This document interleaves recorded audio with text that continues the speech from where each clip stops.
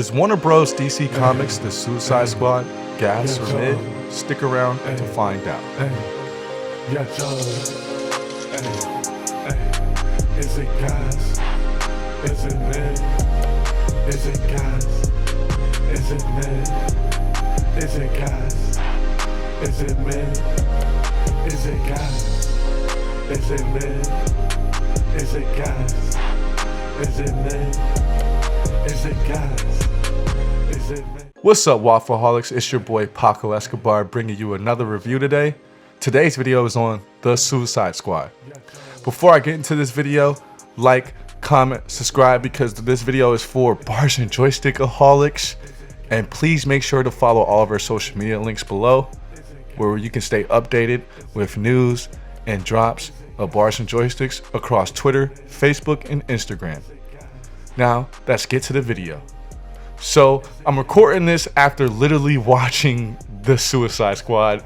Spoiler alert, Suicide Squad is 93 premium. Stop what you're doing right now. Get on your HBO Max, order your fucking tickets, hop in your car, drive to the theater, whatever. Watch this movie because it's 5 out of 5 tacos, baby. Watch this movie. Watch it now. Okay, now that we got that out of the way. Director James Gunn, who you might know from Scream Queens and Guardians of the Galaxy, did a beautiful job with the Suicide Squad IP. And I'm excited to see Peacemaker now, the character that is played by John Cena in this movie, because of this film. James Gunn did what a lot of directors fail to do with DC IPs, and that stayed true to the comic content. The first Suicide Squad movie felt like a Justice League dark movie with Harley Quinn and Will Smith Bloodshot slapped in there. It lacked everything that is provided in this Suicide Squad movie, with humor, with personalities of these characters that we really are not too familiar with that tenacity from Amanda Waller. For some people who might not know a lot about Suicide Squad, it's basically a task force put together from like C to S tier characters. There's even a story with Batman getting into the shenanigans of the Suicide Squad, but more so it's always characters that you must necessarily not know, that don't really get used a lot. So that is basically the whole point of the Suicide Squad, is to make some kind of cool stories with a lot of the villains we don't usually see all the time, and whenever they get locked up and not main storylines, like, oh, what are they doing when they get connected to main storylines? And sometimes some Suicide Squad stuff does get connected to like Justice League stuff. Now, from the things I've just said, I was very not excited about this movie. Watching the trailer for it last year on me and Zillions DC fandom coverage, we still have those videos on our playlist of DC fandom if you want to check out our initial reactions of stuff. But I was not excited because I seen all these clouded up actors in here. I did not expect this movie to really be that good. I thought it was just a Warner Bros. Cash grab. So I was not as excited, but all my friends and family members were like, watch this movie, watch it, what are you doing, watch it. I even forgot Idris Elba, aka Knuckles, was in this movie. But he even did a great job. Everyone in this movie was great at playing their off-screen counterparts, but I loved it. The movie flowed great with over half of the actors that were named in this movie like being often like the first 10 minutes who set up the main characters, which I felt was awesome. What I didn't expect was to love Polka Dot Man and the Rat Shorty. Shorty was very cool. I forgot her real name. I'll put one of those little text things up.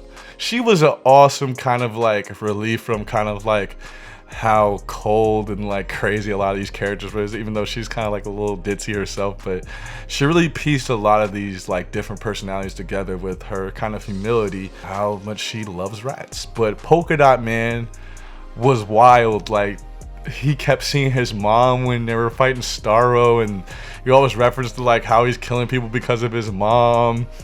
The polka dots flying on his face were disgusting, and then when you actually see him like really killing people with polka dots, you're like, yo, what the fuck? So I was not coming into this movie being like, yo, I'm gonna fuck with Polka Dot Man, to being like, yo, I fuck with Polka Dot Man. So great job, James Gunn. Now, we can't talk Suicide Squad without Harley Quinn, and Harley Quinn finally got justice in live action.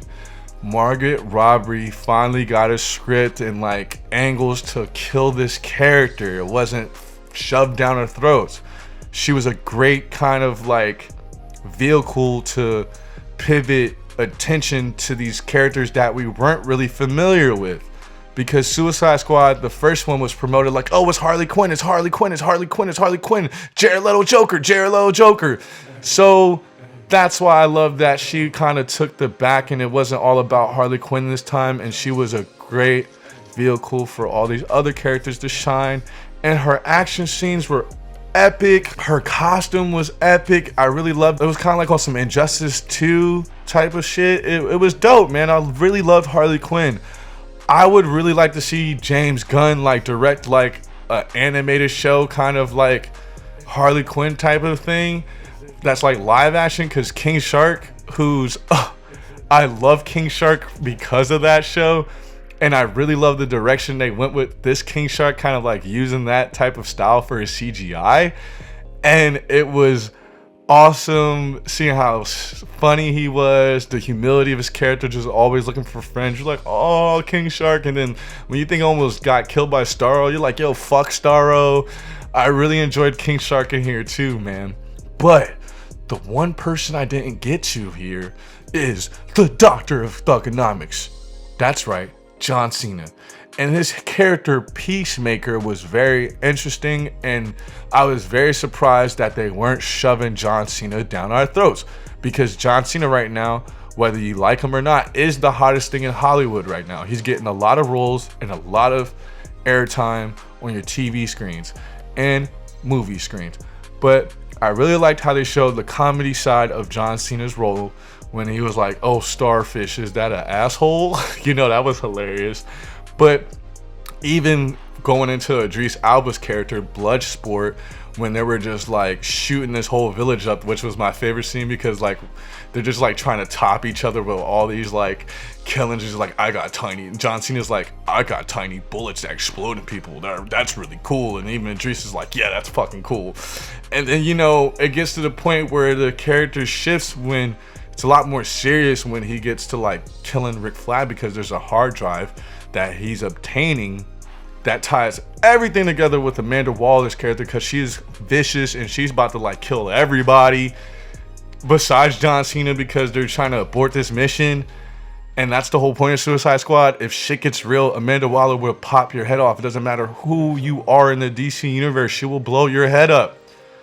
So seeing that aspect getting tied in a little bit more seriousness to his character afterwards, seeing that, and then like him almost dying when Bloodsport pops down and fucking shoots this fool in his neck with a tiny bullet, that was crazy. And then the end credits when you're like, oh, this fool is like still alive. I'm really excited for the Peacemaker show now, because I didn't really know who the fuck Peacemaker was. I'm gonna keep it 300 with you. He's not the most like famous character in DC, so when I heard that John Cena's getting the show and all this, I thought it was a clout move. We've been hit by this from DC so many times, but I'm glad that they're starting to do things right. And Idris Elba's character was very awesome, and I actually enjoyed Idris Elba so much in this movie with him playing Bloodsport. They announced his kind of presence in this movie with him like being booked because he tried to kill Superman with a kryptonite bullet, and that's like a classic Bloodsport kind of story. And his humility as a person outside of his character of like being like a crazy ass mercenary with his daughter was great. To kind of show the backstory of how he got to like, you know, Blackgate and all that shit was really awesome. And he had lots of funny moments with John Cena, with the Rat Shorty, Polka Dot Man, well, all the characters. I really enjoyed them. I think this was one of Idris Elba's, aka Knuckles, greatest on-screen performances. But the craziest shit was Starro.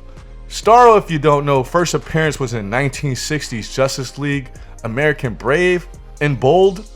And it was epic seeing this character like live action, like CGI the fuck up, shooting all these little tiny ass Starros in front of everybody. It was absolutely creepy, horrific, seeing a lot of this shit, like him fucking like the removing the tiny Starros off of people's faces. It was nasty, it was disgusting. Seeing the final scene of everyone teaming up to take it out was pretty awesome. So seeing Starro was a great way to kind of wrap up this movie. But overall, Suicide Squad is a perfect example of how DC can be beating the fuck out of Marvel in live action films if they stay true to the comic material, and when they put the right people in charge to make these movies.